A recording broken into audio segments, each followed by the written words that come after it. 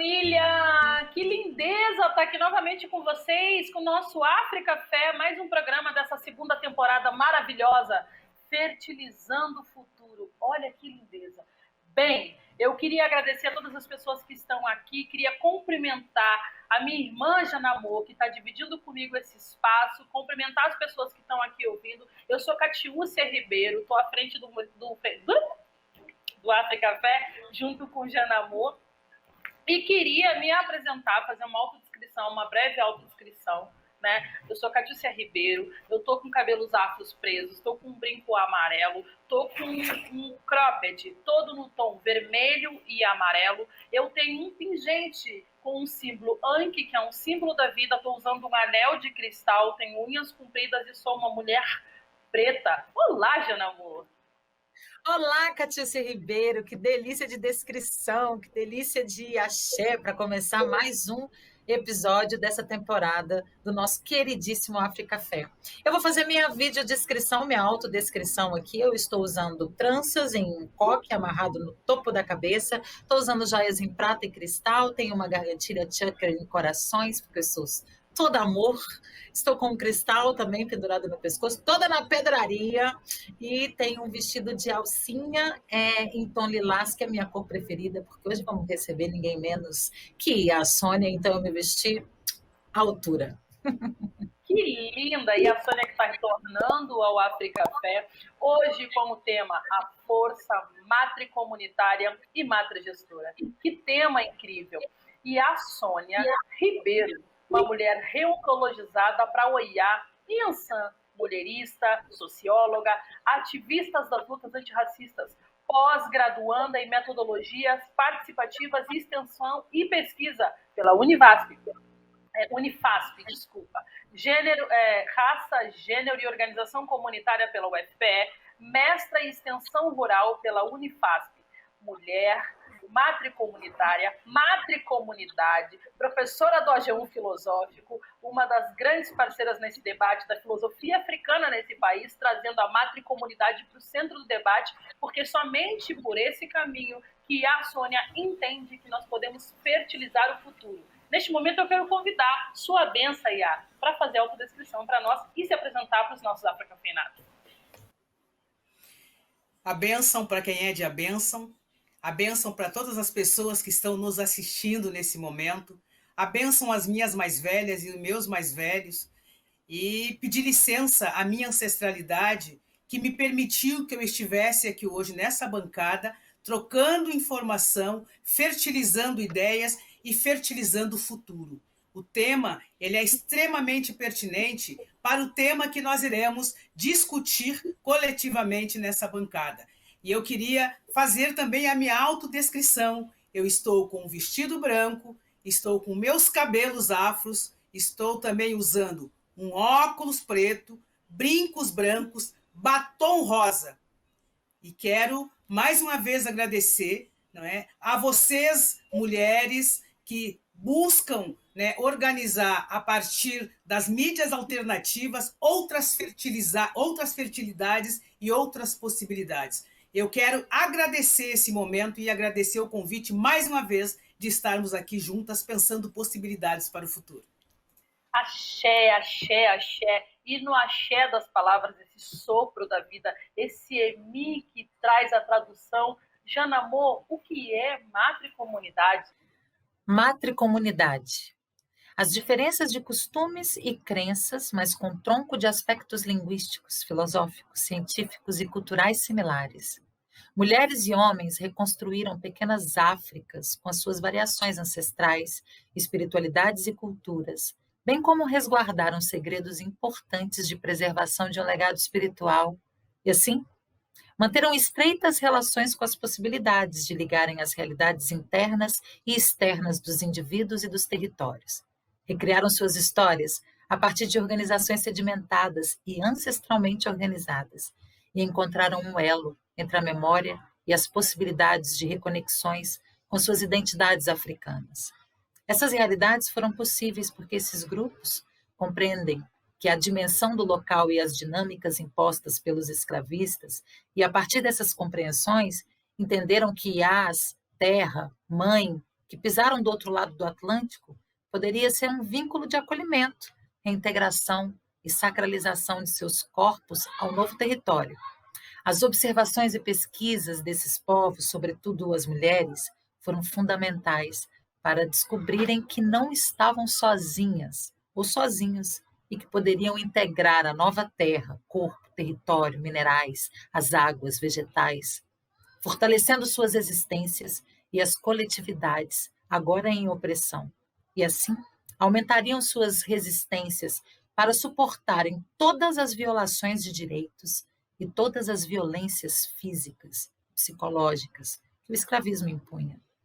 De qualquer maneira, era necessário para as mulheres e homens estarem em simbiose com o sagrado, impresso na extensa natureza que as rodeava. Escutaram as vozes da ancestralidade e as espiritualidades que a orientavam e fortaleciam as suas decisões. Os corpos pretos automaticamente reintegraram e plantaram a essência do sagrado como matriz de existência fora de África. Essa interação estabelece outra dimensão de corpo-território com o território-espaço, e é isso que chamamos de matricomunidade. Que lindeza! E a Sônia, de onde que surgiu essa potência do que é matricomunidade, né? De onde que aflorou, de onde que fertilizou dentro do seu sagrado, dentro desse corpo do território que habita todas essas sensações que acabam explodindo nessas narrativas incríveis que a Jana nos trouxe. O que é a matricomunidade, de onde que a senhora tira, né, todo esse conhecimento ancestral e que pode nos ajudar a reconfigurar muitas realidades. Mais uma vez eu queria pedir licença, né, às ancestrais e dizer que quando eu, através de observação e de escuta, eu comecei a compreender que mulheres e homens em dispersão, e aí eu falo com mulheres e homens que chegam no Brasil dispersos, mas com similaridades iguais, conseguiram, não é, a partir de observação, de escuta, mesmo entre etnias diferentes, reconectar todo um legado organizativo ancestral que já existia em África. E a partir deste legado, dessas filosofias que traziam nos seus corpos, porque eu já falei algumas vezes, né, que quando mulheres e homens atravessam no barco, elas trazem somente os seus corpos. E os seus corpos, eles trazem bagagens existenciais capazes de nós nos reconectarmos, construirmos espaços de permanência e sobrevivência. E esses espaços foram espaços que caminharam através dos séculos e chegaram até a nós.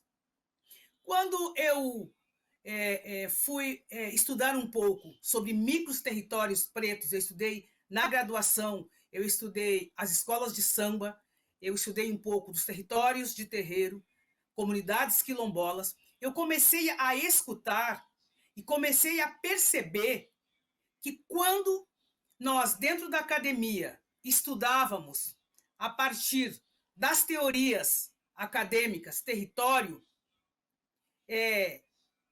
eu já havia escutado isso nas vivências e nas experiências por dentro dos terreiros de matriz africana, por dentro das comunidades quilombolas e por dentro das escolas de samba. Ali existia todo um legado, todo um princípio ancestral, filosófico, que permitiu que homens e mulheres trouxessem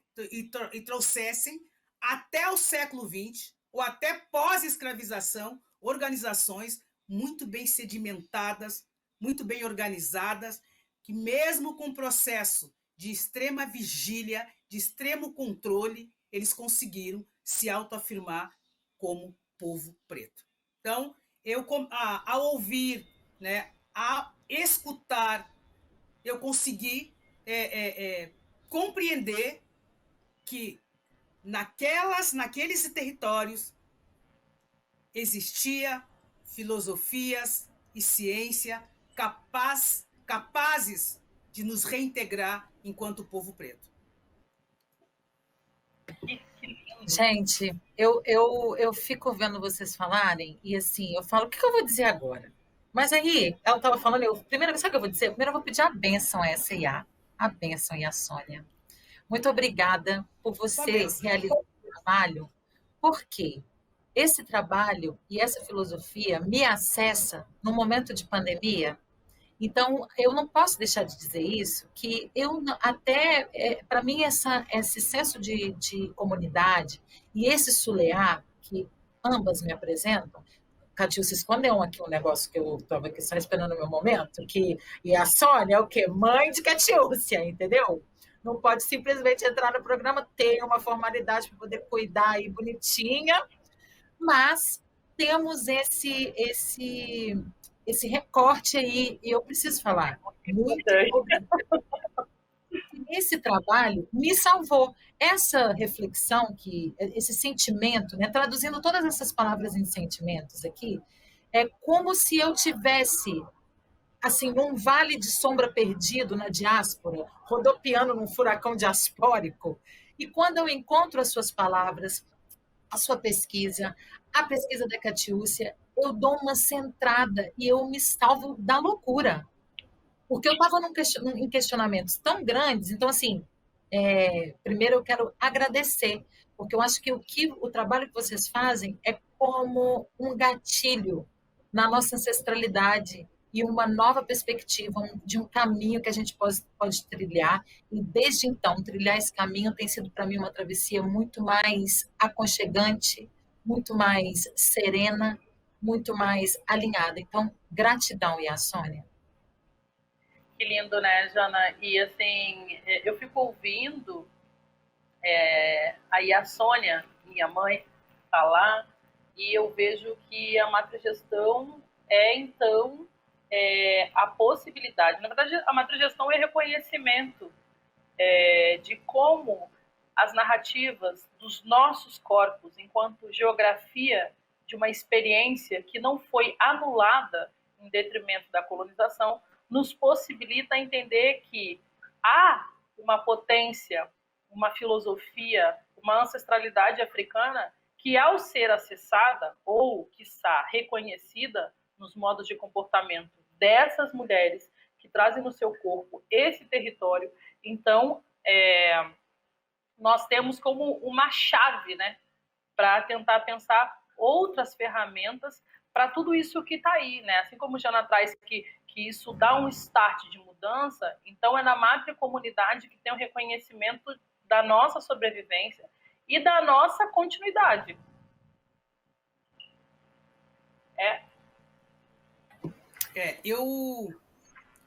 Não, quer falar, Jana? Eu ia dizer que esses gatilhos, porque assim, eu tento aprender e eu tento pensar como que isso nos conecta, e eu acho que tem a ver com o processo que a gente vem entendendo, que ruiu os significados de coletividade, eles não atendiam a minha demanda, mas eu não sabia dar nome para isso. Eu não sabia que existia uma filosofia mulherista, um modo de pensar o feminino que não fosse o feminismo. Eu não sabia que esses acessos, e não saber significa que eu não estava alinhada, eu não estava. No entanto, várias vezes a gente já conversou, eu e Cati, as minhas famílias, né, a minha família, a minha herança ancestral, né, por exemplo, a minha avó, que tem ascendência originária, né, dos povos originários, também filha dessa terra, me traz algumas referências de sentido de comunidade e eu fico nesse lugar sem saber como acessar. Então, quando vocês trazem essa perspectiva, a gente dá uma centrada.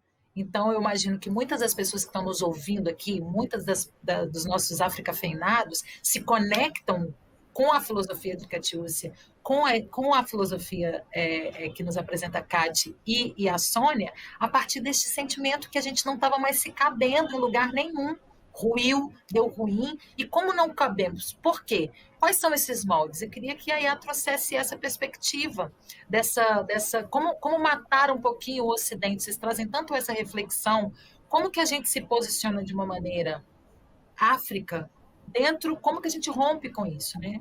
Quais são os caminhos possíveis? Os caminhos não é retrazer as nossas experiências muito bem sedimentadas, muito bem organizadas, que mulheres e homens organizaram no período da escravização. Quando eu falo mulheres e homens, e aí eu falo matricomunidade, matriz da mãe, da Iá, da mulher, e que esse conceito ele é amplo, eu trago o processo do escravismo, as relações de mulheres e homens pretos e o lugar de mulheres e homens pretos no período do escravismo.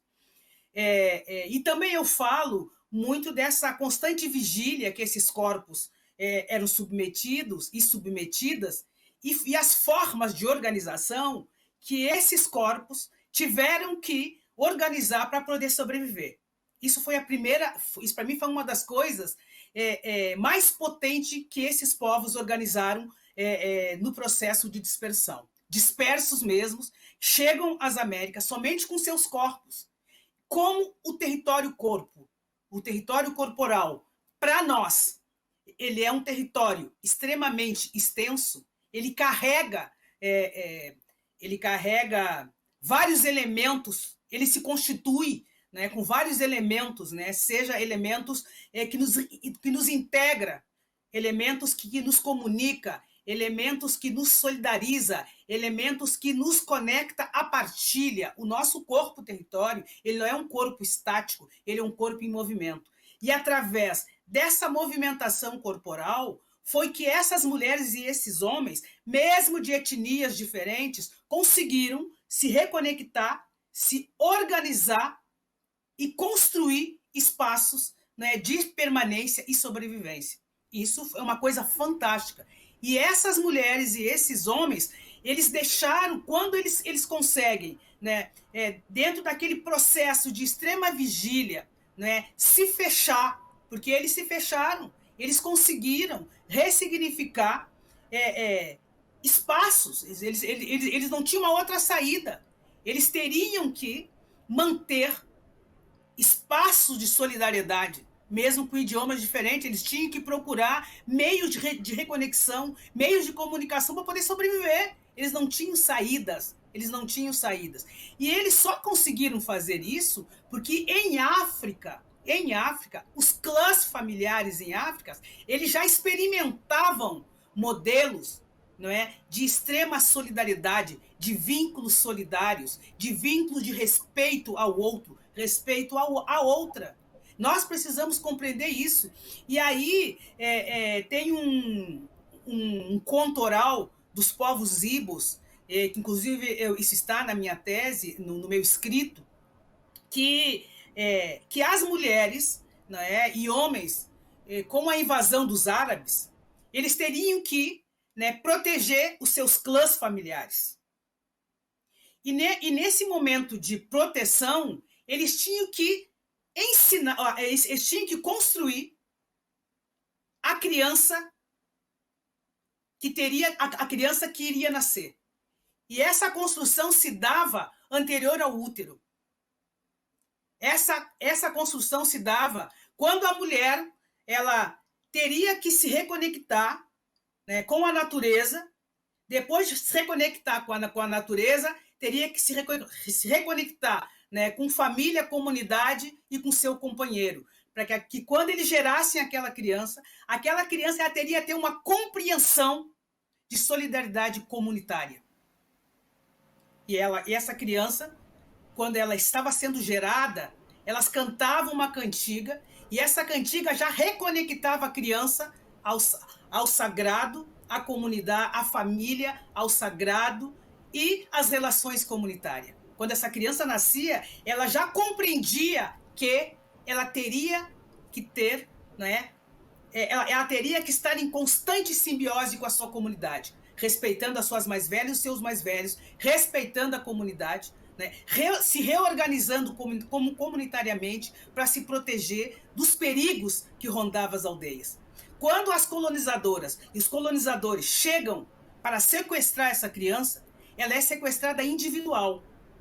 E nesse processo de sequestro, quando ela subia no barco, quando ela fazia a volta, né, porque nem todos fizeram a volta, nem todos passaram pelo portal do esquecimento, mas ela já tinha no seu imaginário essa de compreensão de existência enquanto ser sujeito preto africano e a compreensão que ele teria para sobreviver chegando num outro espaço. E quando chegasse nesse espaço, ele teria que ter essa compreensão de se interligar com pessoas diferentes, de etnias diferentes, com saberes e fazeres diferentes, para construir embriões comunitários para dar continuidade à existência. Isso em África, isso já existia. Então, esses jovens que chegam aqui, eles chegam com essa compreensão de mundo. Eles podem ir para o tronco, eles podem ir para os canaviais, eles podem ir para o interior da Casa Grande, mas eles tinham uma compreensão de resistência através de existir enquanto ser individual e existir coletivamente. E eles fizeram isso. E eram jovens de 14 a 25 anos. E a partir dessa compreensão, eles construíram espaços. E por que eu falo de matricomunidade? Que as mulheres, né, as mulheres jovens que chegavam aqui, com todo o processo de dominação, de alienação, de perseguição, de violação de direitos, elas conseguiam ter mais trânsito dentro da Casa Grande, escutavam nas senzalas, fazia essa ligação entre Casa Grande e senzala. Quando elas eram mulheres de ganho, iam para a rua, articulavam, né, criavam estratégia de comunicação e, nesse momento, elas organizavam levantes, né, e muitas vezes rotas de fuga.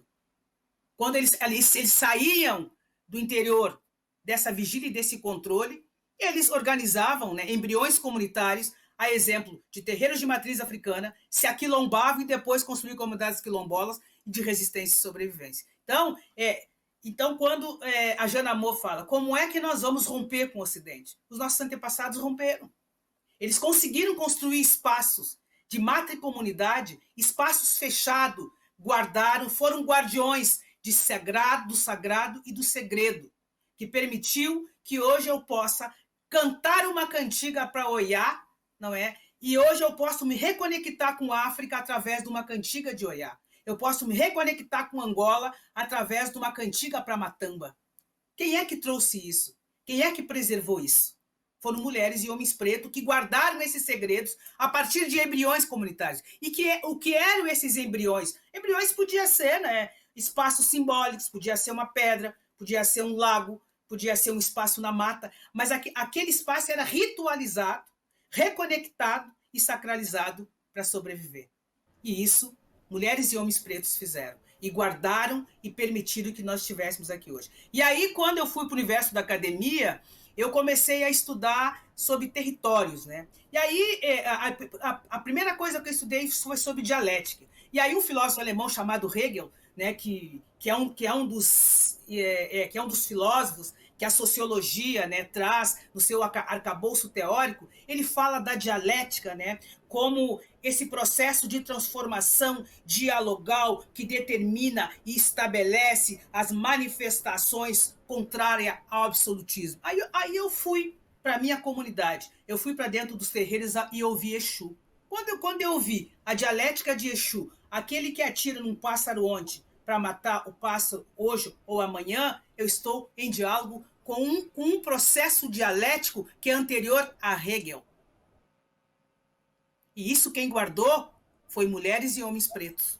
Nós temos a chave, se nós nos reconectarmos com um passado que foi um passado que realimentou uma proposta que depois, não é, com todo o processo de perseguição, com todo o processo, né, de vigília, do controle exacerbado pelo Estado contratualista, porque o Estado ele se estabelece, não é? E aí no Brasil, através da coroa portuguesa, quando esse Estado ele começa a perceber o papel social, organizativo, o papel ancestral social, organizativo dos espaços pretos, aí veio a perseguição e a dominação e a diluição para a dominação. Me lembrei de você indo na janela soprar no vento, irmã. Muita informação. Eu fiquei traçando um paralelo aqui, pensando nas organizações. Eu fiquei imaginando a barca chegando, esses jovens descendo, encontrando com os nossos primos originários, e aí se organizando. Eu sempre tive uma reflexão que foi, eu acho que a nossa revolução ela vai se dar através de aquilombamentos. A gente não é bom de pegar em armas, a gente não, mas a gente é bom de articular, a gente é bom de se entender enquanto comunidade. Dito isso, a gente vê a quantidade de etnias indígenas que nós temos aqui, quer dizer, não mais tantas, né, porque dizimaram com tudo, mas há essa reflexão. Isso na internet. Eita. Sobre os nossos... A Siri respondeu aqui no meu iPhone. Então, eu fico pensando sobre esse paralelo. Eu queria que a Iá falasse um pouco sobre essas organizações dos quilombos e como essa tecnologia pode nos alavancar e nos salvar, né? Aí eu volto sempre, eu sempre faço um link, né, com a academia, porque quando nós apresentamos, não todo esse caminho organizativo que as populações negras fizeram, e por isso que quando Jurema Werneck fala que nossos passos vêm de longe, ela está, nos dizendo o quanto nós caminhamos de forma organizada, coletiva, para permitir que nós estivéssemos aqui hoje. E nós costumamos, dentro do universo, do ensino fundamental, médio e o terceiro grau, nós somos ensinados a compreender a nossa história a partir da dor. Nós somos ensinados a isso. Isso é uma estratégia, das instituições do pátrio poder, de dominação e alienação e diluição de todo um legado organizativo das populações pretas. E muitas vezes nós caímos nesse engodo. E aí eu comecei a pesquisar sobre o que é de fato corpo, território e o que é território. Né? Um dos autores que chegou muito próximo foi Milton Santos, né? E nunca foi muito veiculado no seio universitário. Aí eu estudava Hatzel. O que Hatzel tem a ver com a minha organização comunitária de ponta? Aí depois eu estudei David Harvey, que eu nem sei dizer o nome, Eduardo Soja, que foram os autores apresentados para mim através da antropologia e aí através dos escritos de Milton Santos. E aí todas as vezes que eu queria conceituar território na universidade, eu tinha que referendar esses autores. Isso me incomodava. E aí a minha vivência por dentro do movimento de pretas e pretos, as escutas das Ialorixás, as escutas, né, das mulheres e homens quilombolas, eu comecei a compreender que o que a academia está dizendo hoje, a África já dizia há muitos anos. E esses saberes africanos atravessaram conosco. Quando as instituições formais acadêmicas se constituíram no Brasil, nós já experimentávamos na prática o que era organização comunitária. Porque quando a Qualtune ela foge com 40 mulheres e cria um embrião comunitário no meio da Serra da Barriga e ela estabelece uma reconexão, né, com os povos originários, porque inclusive os povos originários que deram rota de fuga, muitos povos deram rotas de fuga, as pretas e os pretos que fugiam, e nós encontramos similaridades entre as culturas originárias e as culturas dos povos africanos, sobretudo nos elementos da natureza. E essa similaridade permitiu que nós conseguíssemos construir embriões que nos dessem proteção e resposta resposta e proteção a todo o processo de violência que nós estávamos vivendo. Por isso que Palmares foi constituído dessa forma. Por isso que Palmares ele sobreviveu por 105 anos. Está saindo um estudo, o Clóvis Moura fala isso na Rebelião da Senzala, Sociologia do Negro Brasileiro, que há estudos que Palmares durou bem mais. e que isso foi escondido pela coroa portuguesa porque Palmares era a vergonha de Portugal. Diante do processo organizativo das cidades-estados que eram constituídas por dentro da sociedade palmarina. Então, e o papel das mulheres dentro dessas sociedades? Porque os homens viviam em constante vigília, viviam em constante proteção ao território palmarino. E a gestão do processo se dava pelas mulheres. Palmares não é o que o Cacá Diegues nos mostra. Palmares é muito mais do que aquilo. Foi muito mais do que aquilo.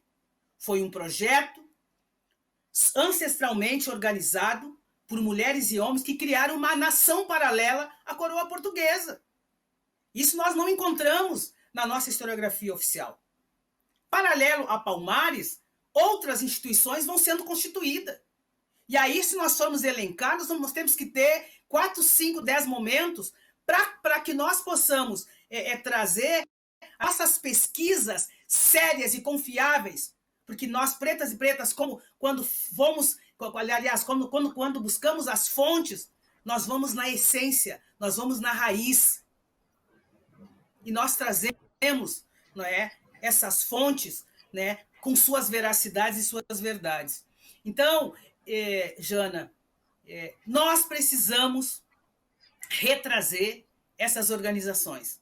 Nós somos criticadas, não é? E quando nós falamos desse processo organizativo, né, que foi elencado por mulheres, não é verdade? E aí tem várias mulheres, homens e mulheres, querendo dizer que a nossa luta enquanto mulheres foi uma luta de extrema dor. Foi de extrema dor. Nós não podemos deixar de falar sobre o massacre que o escravismo promoveu na nossa memória e na nossa história e nossa memória corporal. Mas nós conseguimos, através de muita organização, muita escuta, muito banho de amor, muita troca simbólica, nós conseguimos sedimentar um espaço coletivo, cooperativo e um espaço de partilha. E as evidências a cada dia vão sendo mostradas. Na medida que nós vamos fazendo pesquisa, na medida que nós vamos caminhando, na medida que nós vamos compreendendo, né, as linguagens orais, nós compreendemos o quanto nós nos organizamos para permitir, inclusive, a abolição da escravização. Não foi a princesinha Isabel, foi os feitos organizativos e históricos que mulheres e homens pretos organizaram. A historiografia não nos conta isso. Estrategicamente, a academia ela não vai trazer isso, porque a academia está a serviço do sistema dominante, está a serviço da invisibilização, né, das nossas culturas. Mas nós temos o compromisso ancestral de seguir o legado das nossas ancestrais e recontar para as futuras gerações os nossos feitos organizativos, históricos, que conseguiram fazer com que nós estivéssemos aqui hoje.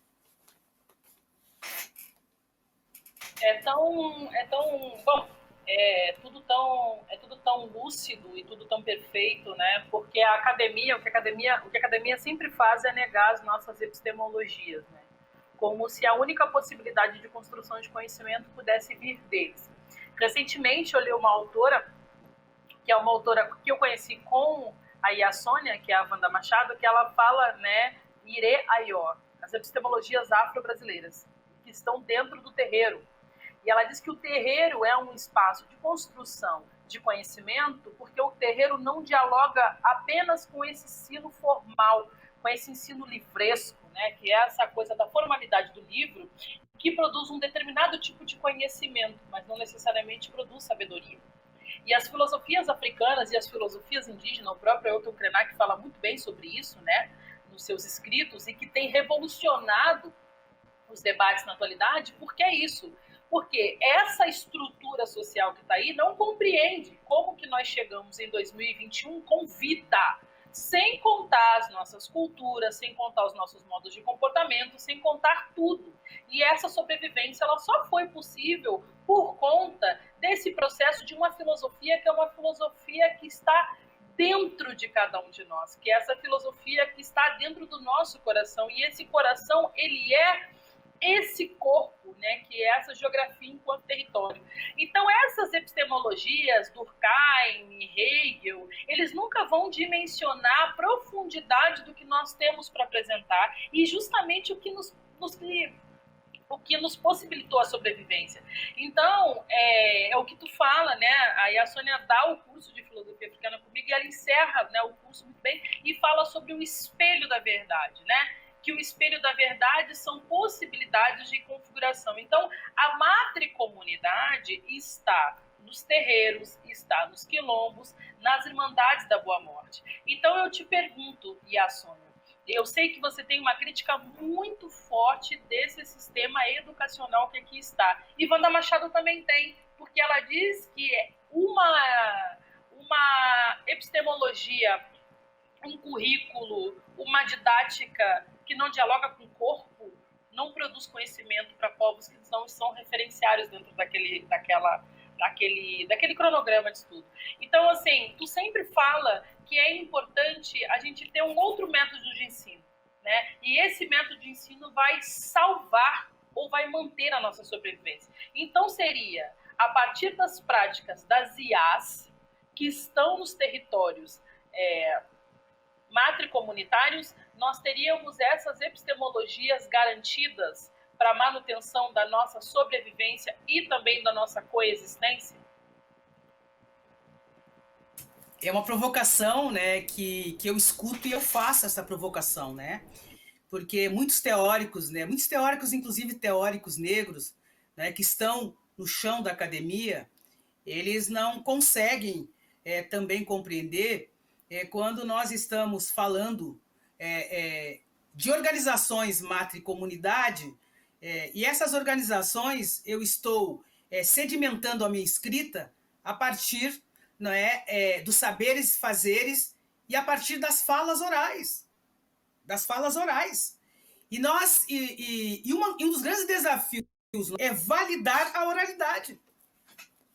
E eu aprendi no seu curso, professora Catiúcia, sobre a separação do logos e do mito, estrategicamente muito bem arquitetada pela Academia da Branquitude, no sentido de que quando nós negar os mitos, né, é negar todos os nossos conteúdos africanos. Quando eu nego o mito, e aí o professor João, ele traz isso muito bem lá no seu curso, que quando eles negam o mito, eles diluem, né, essa ancestralidade, eles diluem esse poder, não é, de organizativo que está nas nossas narrativas. Não é verdade? Eu costumo dizer isso, que eu tenho caminhado pelo Brasil e trabalhar, não é, no governo federal permitiu que eu caminhasse em algumas regiões do Brasil, e quando eu chego no sertão de Pernambuco, em numa região extremamente hostil, e eu lembro que eu fui visitar um lugar chamado Brejo, e quando eu chego no Brejo, o Brejo, imagina um lugar sem água, sem luz e com um grande índice populacional preto. E nesse brejo, a única fonte de água era um olho d'água, que esse olho d'água ele era milenar. E eu escutei de uma mais velha, ela era indígena afro, ela me falou que todas as vezes, né, que eles pegavam a água, eles cantavam para que aquela água permanecesse. Isso era um ritual da comunidade. E que foi se perdendo com uma intromissão de outras religiões no local, né? Que, no caso, com as religiões cristãs ou neopentecostais. E que aí elas vão perdendo essa essência de cantar na beira daquele olho d'água. E ela tinha preocupação com aquilo, porque ela ensinava uma cantiga, e essa cantiga, na medida que ela cantava, ela encantava os encantados da água e aquela fonte não secava. Estou dizendo isso para chegar ao final da história. Eu fiquei 14 anos no sertão de Pernambuco, e aí eu passei um tempo e eu voltei no Brejo. Quando eu volto no Brejo, aquela fonte estava praticamente seca. E aí eu conversei, não mais com a senhora, mas com a filha dela, que ela já havia morrido, e ela disse: os pesquisadores, que eu não vou dizer a universidade, estiveram aqui para pesquisar o lençol freático, alteraram todo o princípio, não é, ancestral que tinha nessa fonte, e nós não temos mais água. A ciência, quando a ciência chega, né, com esse processo, né, de transformação, com esse processo todo de mudar a essência do que está nas narrativas, não é? Ou dar voz à ciência da branquitude para diluir as narrativas, nós perdemos todo esse sentido ancestral de convivência que estão nas comunidades. E outros contos, outras narrativas, eu vou conseguindo compreender e vou entrelaçando e vou reescrevendo, porque ali eu consigo compreender que há todo um outro processo de coexistência do local. Eu não consigo coexistir naquele local se eu não souber compreender que a pedra, ela é minha irmã, que a água, ela também faz parte do meu corpo, o ar faz parte do meu corpo, a terra faz parte do meu corpo. Por isso que eu coloco no início do texto. Quando mulheres e homens compreenderam, não é, que a natureza de África estava também no Brasil, eles teriam a possibilidade de permanência, porque eles iam se reintegrar, não é, com os elementos da natureza. Isso é fantástico. Isso foi separado pela a ciência da branquitude. E quando eles separam isso, nós perdemos essa referência de mãe terra, mãe água, mãe mata, e aí nós violamos, matamos. Na medida que nós matamos, nós perdemos, né, o significado de natureza, e aí colocamos meio ambiente. Separamos a dualidade, né, do meio e o ambiente. Tem que separar o meio e o ambiente. Ele não é mais, né, uma ligação ancestral, né, ambiental, né, que dialoga com nossos corpos, com a nossa comunidade, com a nossa existência. Então, levar isso para dentro, né, levar isso para dentro de uma escola, né, e falar isso nas aulas de ciência, nas aulas de geografia, se eu não referendar com a ciência branca, o mito ele vai ser chacotado, ele vai ser folclore, vai ser folclorizado, vai ser aculturado e vai ser diluído, e nós não vamos conseguir compreender. Então, eu não acredito mais na educação formal que estamos vivenciando hoje. Aliás, eu não acredito mais em uma saída por dentro do Estado contratualista. Esse projeto de Estado, ele está colapsado. São 2.000 mortes cotidianamente. Eu preciso trazer isso. Há uma banalização da vida. E quando eu banalizo a minha existência, nós não estamos mais nos compreendendo enquanto ser humano. Estamos compreendendo enquanto ter humano. E o que está nos matando é o ter humano. A existência do ser foi diluída pela essa lógica egocêntrica, eurocêntrica, egocêntrica e etnocêntrica que o Ocidente impôs no mundo e continua perpetuando até hoje. Então, nós precisamos promover uma ruptura. Ruptura dói, porque nós estamos acostumados dentro desse sistema hegemônico. Nós somos mulheres e homens que dialogamos com esse sistema cotidianamente. As nossas vidas interagem com esse sistema. Mas nós precisamos nos experimentar. A exemplo de Acotirene, a exemplo de Aqualtune, Teresa de Benguela, a exemplo desses espaços fechados que reconstituíram a nossa existência através da reconstrução dos embriões ancestrais que permitiram que nós tivéssemos. Eles fizeram isso. E o nosso grande desafio é reconectar. Então, eu acho que uma das primeiras iniciativas que nós temos que fazer é recontar a nossa história a partir, né, dos nossos olhares. Nós temos que falar de nós mesmas. Nós temos que recontar a nossa história. Validar a oralidade. A academia precisa compreender que o saber oral ele tem validação. Ressignificar os mitos. Acho que é isso. Na verdade, nós precisamos trazer isso. Na verdade, isso é uma coisa importante.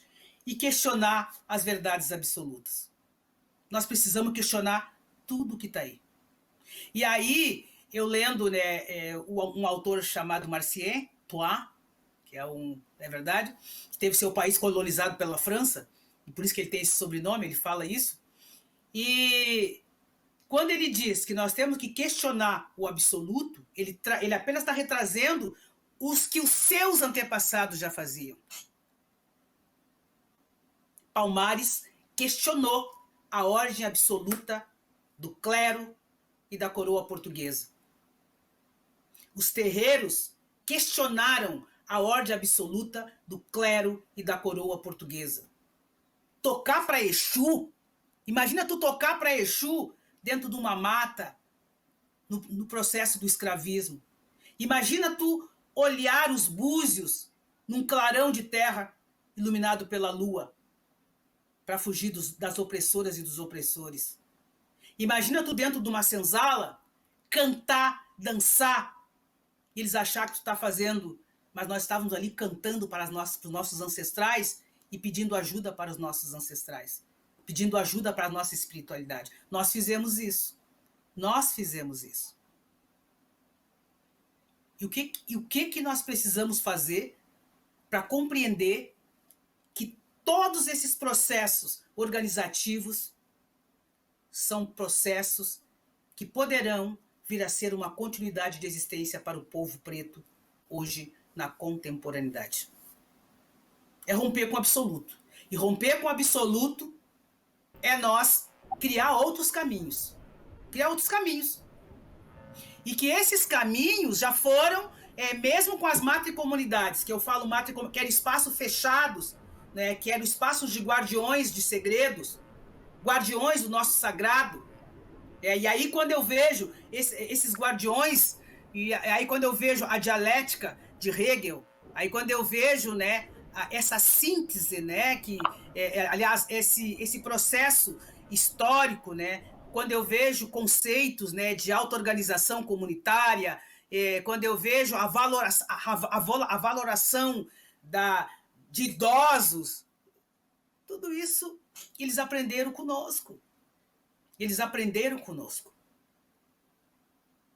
Então, nós precisamos trazer isso para o nosso convívio diário, para nós quebrar, ou seja, romper com isso que está colapsado.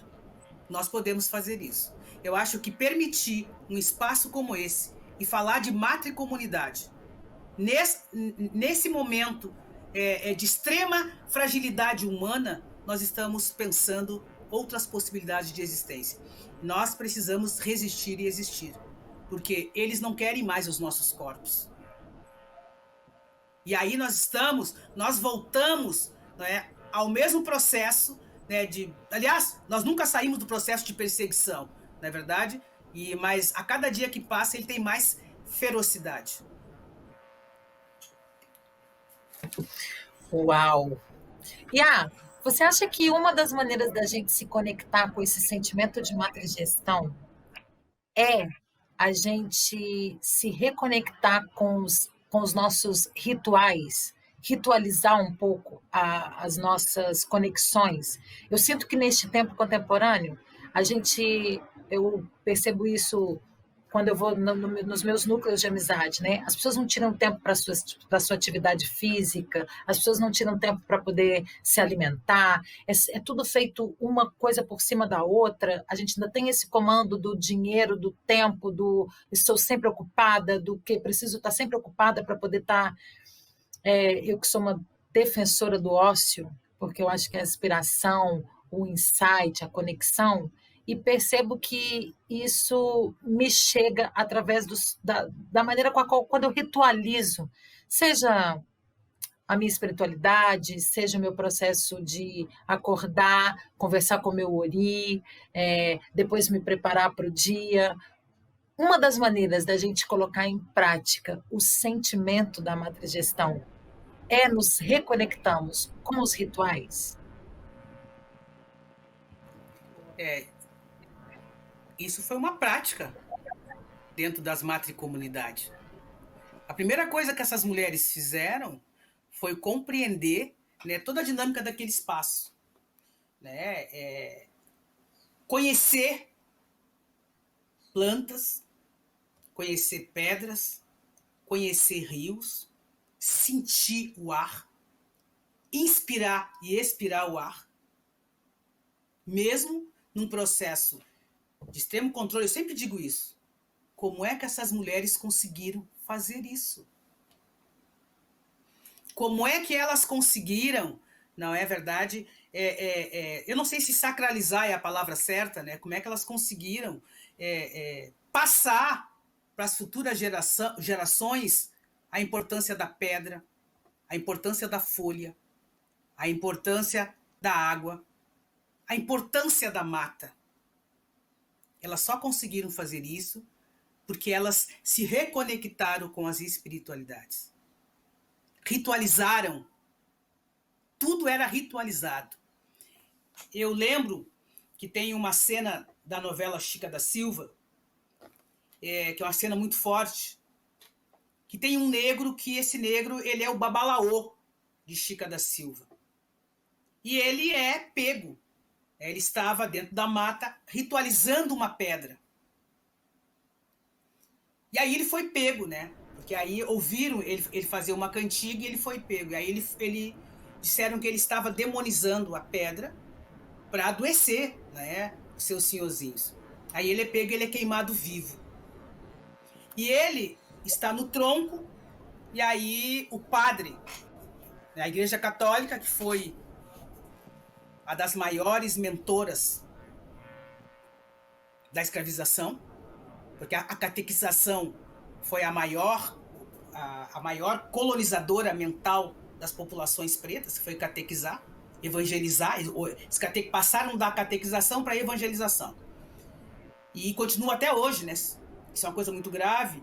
E aí botaram ele no fogo. Quando começaram a aprender o fogo, ele começou a ritualizar o fogo. O fogo é Xangô. E aí disseram para ele, peça licença para Jesus Cristo. E ele disse, eu não vou fazer isso. Eu vou pedir licença aos meus ancestrais. Eu vou ritualizar esse momento. Aí ele começou a chamar todos os ancestrais, o fogo, o ar. Então, mesmo naquele momento, ele compreendia que ali não seria o fim dele. Ele estava virando o ancestral para que a fala dele naquele momento, e para todos os negros que estavam olhando, porque eles colocavam os negros a olhar, compreendiam a potência que é a ritualização. Então, eu acho que nós precisamos nos reconectar. Agora, para nos reconectar, nós temos que, para nós nos ritualizar esses momentos, nós vamos ter que nos reconectar enquanto povo, né? E aí os terreiros, se nós formos hoje para dentro dos terreiros de matriz africana, tudo ali dentro, né, é uma circularidade de rituais, né? Eu, quando acordo, eu preciso rezar o meu ori. Eu, quando sento na mesa, quando eu como a G1, então tudo ali é ritualizado. Então, é muito importante, né, para nós isso. E nós temos que trazer isso para a nossa prática. Isso tem que estar na nossa prática. Isso foi perdido por conta de todo o processo do preconceito e a perseguição racista. Nós perdemos isso. Eu lembro que eu falei isso no grupo da minha família. A minha bisavó me toca. A bisavó me toca quando ela chegava na beira do rio, e nós fazíamos isso quando era a época de São João. E depois eu fui descobrir, né, que quando eu tinha que levantar cedo, antes do sair do sol, para me olhar na água da cacimba. Eu precisava me refletir naquela água. E eu achava que aquilo era um ritual católico.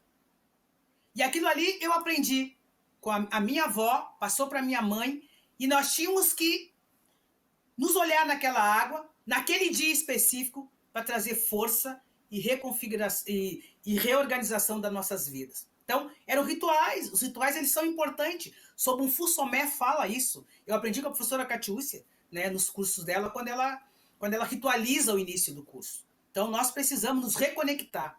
E eu acho que os rituais também é uma perspectiva de reconexão com as nossas espiritualidades e com as nossas ancestralidades. Não sei se eu consegui responder. Essa cena... Mais do que responder. Desculpa.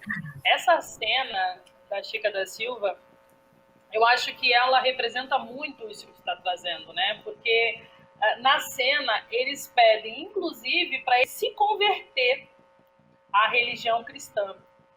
E ele diz: eu não farei isso, não vou fazer isso porque vocês nos roubaram, nos trouxeram para cá. Quando nos trazem para cá, faz com que nós tenhamos que aprender essa língua que nós não conhecemos, esses costumes que nós não conhecemos. E ainda assim, nós temos que vivenciar essas práticas que nós não sabemos o que é. Então, a única coisa que eu tenho é a minha ancestralidade. E aí parece que no momento do fogo nem dor ele sente, né? Mas eu acho que é a questão da ritualização. Então, os rituais, eles são extremamente importantes. Isso aqui é um grande ritual, né? Porque nós também temos muito estereotipada essa palavra ritual. As pessoas entendem que ritual é só estar dentro de um espaço sagrado, que também é. Mas as nossas trocas do cotidiano, né? O tema do África Café de hoje é matricomunidade e matrigestão. Nós escrevemos juntas, né, para a revista Cult, escrevemos para um outro artigo, né, e agora a senhora vem desenvolvendo esse tema da matricomunidade. E eu olho muito isso vivo na presença da filosofia, porque é uma filosofia feminina. Quando Marcian Antoine nos convida, inclusive, para romper, né, a coragem de romper com o absoluto desse logos, né, da colonização que o professor João fala, o professor João, felizmente, é da equipe do África Café também, João Paulo. Eu queria que tu trouxesse, assim, essa matricomunidade, essa matrigestão é a possibilidade de gestar a potência de um povo que nunca se diluiu, né? E essa gestação está presente no sagrado. Porque é isso, porque no momento que ele fala assim, eu tive que passar por tudo, vocês ainda querem tirar o meu sagrado. E nós estamos numa era na qual existe todo um movimento, né, de destituição do nosso sagrado, de demonização do nosso sagrado. E cada vez mais nós conseguimos ver uma gama de pessoas pretas que não se identificam mais com esse sagrado. E sabemos que essa não identificação com esse sagrado é fruto desse processo, inclusive para que a gente não rompa com esse absoluto e fique operando dentro dessa lógica colonial, né? E aí entendendo que as nossas lutas, elas não são decoloniais, elas são contracoloniais. E aí eu queria entender que, então, o que as Yalorixás fizeram dentro dos terreiros sempre foi um movimento contracolonial, sempre foi um movimento que não dialogou com a colonização. Porque hoje, eu, raspada, há uma década, chego no axé com todo esse tempo histórico que os meus ancestrais chegaram e Ogum toma o meu corpo. Isso é totalmente contracolonial. Isso aí ciência nenhuma vai explicar, né? A não ser a ciência e a tecnologia ancestral africana. E primeiro nós temos que questionar o que é ciência, né? Nós temos que começar a descolonizar e ressignificar tudo isso que o colonizador e a academia impõem, né? O que é ciência, o que é conhecimento. Eu já tive vários textos negados porque eu não trabalhei os meus textos, principalmente artigo, ordenado a partir do que a academia conhece como ordenação textual. E eu tenho escrito mais livremente, é dessa forma que eu quero escrever. E isso é uma coisa que a gente precisa trazer. E nós temos que levar para dentro da academia isso, porque, na realidade, quando nós estamos propondo para dentro da academia e demarcando um espaço dentro da academia, nós estamos indo contra a ciência. Nós estamos indo contra, né, a ciência que colaborou, não é, com a destituição do ser sujeito negro. Então, esse é o nosso papel. Não é? E quando eu falo ser sujeito negro, eu estou falando, não que mesmo nós em dispersão, passando por todo o processo, né, de perseguição, os espaços sedimentados, né, organizado por mulheres e homens, mesmo que seja na clandestinidade, que para nós não eram não eram clandestinos, eram espaços legítimos. E nós conseguimos caminhar com esses espaços até muito tempo. Por exemplo, quando em Porto Alegre eles chegam na colônia africana, em Porto Alegre, que eram espaços que eles que era mata, empurrava os negros, ali já existiam embriões ancestrais gestados por mulheres há muito e muito tempo, e que os brancos não conheciam. Então, as mulheres negras e homens negros construíram espaços em matas fechadas que depois se consolidaram como aquilombamento e quilombolas. Mas anterior a todo esse processo de organização, a primeira organização embrionária foi o cuidado, né, a manutenção, né, e ou seja, a manutenção e a alimentação dos nossos embriões sagrados. Porque nós ritualizamos o espaço para poder sobreviver, que era a nossa fortaleza. E esse espaço era um espaço fechado. Por exemplo, né, nós temos no Rio Grande do Sul as casas de nação. Né? Por exemplo, Mãe Preta do Doxalá, que era a avó de Catiúcia, ela tinha, a nação dela, se não me engano, era Jeje. E ela tocava genuinamente Jeje. Não tinha a intromissão, não tinha aculturação, né, com outras orientações religiosas, né, como a Umbanda, o Espiritismo, o Kardecismo. Não, ela tocava genuinamente Jeje. As casas de Oió, né, no Rio Grande do Sul, tocavam genuinamente Jeje. E elas guardaram isso. Ah, mas houve a intromissão dos brancos, os terreiros embranqueceram, a gente sabe disso. Mas há um embrião, há um segredo que é passado a partir de uma linha ancestral. E isso é real. Então, o que Mãe Rita fez em Porto Alegre, o que Mãe Pretinha fez em Porto Alegre, o que Mãe Moça fez em Porto Alegre. Estou falando das mulheres porque eu falo das matricomunidades, que foi a preservação desse sagrado pela mão das mulheres. Né? E aí, essa preservação mesmo, né, do feminino, né? Porque os terreiros são mantidos por mulheres, né? Até porque eles são embriões que têm que ser alimentados pelas mulheres. E isso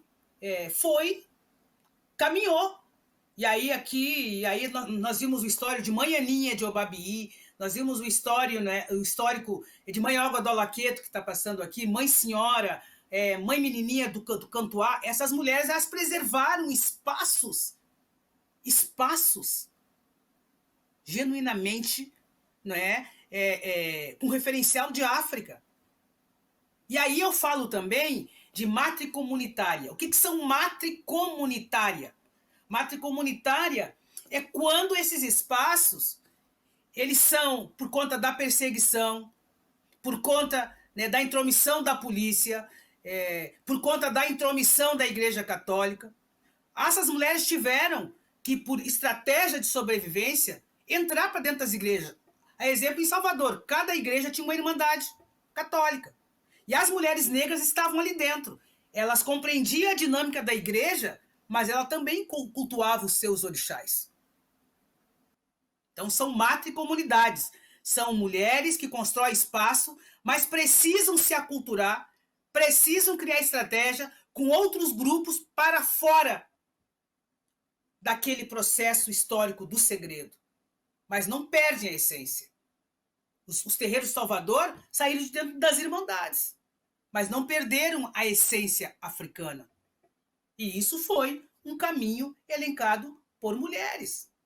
Tem uma coisa que... E aí, assim, as escolas de samba, a exemplo de Tia Ciata, né? Eu estou pesquisando a história de Tia Ciata, eu peço licença à família de Tia Ciata para citar o nome dessa grandiosa mulher. O que essa mulher fez no Rio de Janeiro, né? Ela criou um espaço, né? Que ali naquele espaço era um micro-território, era um território. Tinha o samba, né? E tinha o candomblé, ela era professora. As escolas de samba foram criadas porque os negros não poderiam entrar nas escolas formais. Tia Ciata, tia Nenê, e tem mais uma outra senhora que eu esqueci o nome, elas começaram a trazer, né, criaram através da cultura, através da religiosidade, através da cultura, um espaço, não é, de organização comunitária, um espaço de organização educacional. Isso foi o que Tia Ciata fez. Então, o que os terreiros fazem, mesmo hoje com a aculturação, mesmo hoje com a intromissão da branquitude, nós mantemos um princípio ancestral africano que nós temos que considerar. Uau, uau, uau, que aula maravilhosa, que xirê, que aula, que... Eu não tenho mais nem palavras para poder agradecer essa partilha desse café de hoje, esse café expresso, esse café ligeiro para o tamanho da demanda que é tratar de todos esses assuntos. Para você, África Feinado, que está aqui vendo, ouvindo isso tudo, e teve vários gatilhos, porque assim, imagina, eu estou engatinhando nessas compreensões todas e tenho a sorte de dividir essas percepções com a minha amiga, com a minha parceira, né, Catiúcia, e com Sônia. O que eu quero dizer aqui para vocês é que a primeira conexão com a matrigestão é pelo sentimento, pelo coração. E aí, o resto, a gente vai aprendendo aos poucos, porque realmente são muitas informações.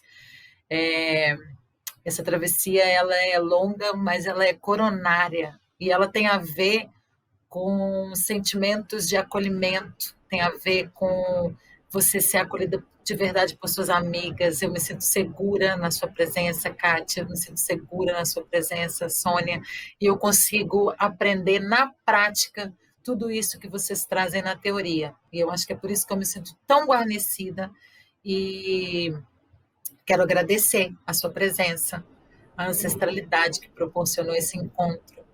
Eu estou saindo emocionadíssima desse encontro, novamente, mais uma vez atravessada, mais uma vez inspirada, embargada, porque sempre que a gente fala dessas coisas, eu tenho vontade de chorar, um choro ancestral mesmo, porque são informações muito valiosas que se eu tivesse tido acesso a elas num outro tempo da minha vida, talvez eu tivesse economizado muito sofrimento, né? Então, gratidão. Vou abrir para a gente dar as considerações finais. Alguém tem que fazer o serviço sujo. Obrigada, Sônia. Gratidão. Axé, axé. Eu quero, né? Que eu penso numa perspectiva de futuro, que tudo isso que nós estamos pesquisando, e eu pretendo, né? Eu estou pesquisando, eu ainda estou engatinhando na pesquisa, eu estou ouvindo as pessoas, e aí eu quero trazer a fala de uma mulher negra lá do Quilombo do Serrote. Quilombo do Serrote é uma comunidade negra no município de Santa Maria da Boa Vista, e nós fomos contratadas, na época, pela CEPI, consultora da CEPI, Ministério da Integração Nacional, para autodefinir povos. Eu tinha muita incômodo essa coisa de autodefinir povos, né? Eu não quero autodefinir ninguém, as pessoas já estavam ali, as pessoas já tinham autodefinido a sua vida e a sua existência para mais de 300 ou 400 anos. E aí, nós fizemos uma roda de conversa, e a comunidade é essencialmente cristã. Os quilombos do sertão de Pernambuco, poucos deles trazem a espiritualidade africana. Não é? O processo de evangelização no sertão de Pernambuco ele foi muito cruel, não é? E continua sendo. Então, para uma questão de sobrevivência, essas comunidades hoje são comunidades matricomunitárias, comunidades que tiveram que trazer para dentro da sua comunidade, né, uma igreja universal, tiveram que trazer, né, o sindicato, trouxeram outras organizações não negras para poder dar a continuidade da sua existência e também sobreviver diante da perversidade de todos os ismos impostos pela sociedade colonial. E ela disse uma coisa que eu guardei, eu escrevo isso no início da minha dissertação de mestrado, né? Eu queria e quero cantar como negra. Eu queria rezar e dançar como negra. Eu queria me vestir como negra. Eu queria o meu cabelo afro como as mulheres negras. Mas me ensinaram assim. Quem sou eu? Eu não sei hoje quem sou. Nem preta, nem branca. Foi isso que eles fizeram conosco. Essa fala de Dona Maria do Serrote, grande Dona Maria do Serrote, que tem filhos e filhas que estão seguindo o seu caminho de existência, nos mostra o quanto o processo de colonização foi perverso com a população negra nesse país. E se nós continuarmos a caminhar fazendo pacto com a branquitude, nós não vamos conseguir construir outras perspectivas de futuro. As nossas antepassadas e os nossos antepassados nos mostraram o caminho. E as matricomunidades são caminhos de reorganização e reapropriação daquilo que nos foi roubado. Nós precisamos ter coragem de romper com o absolutismo branco e caminhar a partir dos nossos passos. E aí eu volto com a frase de professora Catiúcia. O futuro é ancestral. Sankofa. Eu vou dizer isso todas as vezes que eu estiver numa mídia alternativa, dizer, nós temos a saída de reorganização para o povo preto. A África nos deixou isso como legado, nos deixa isso como legado.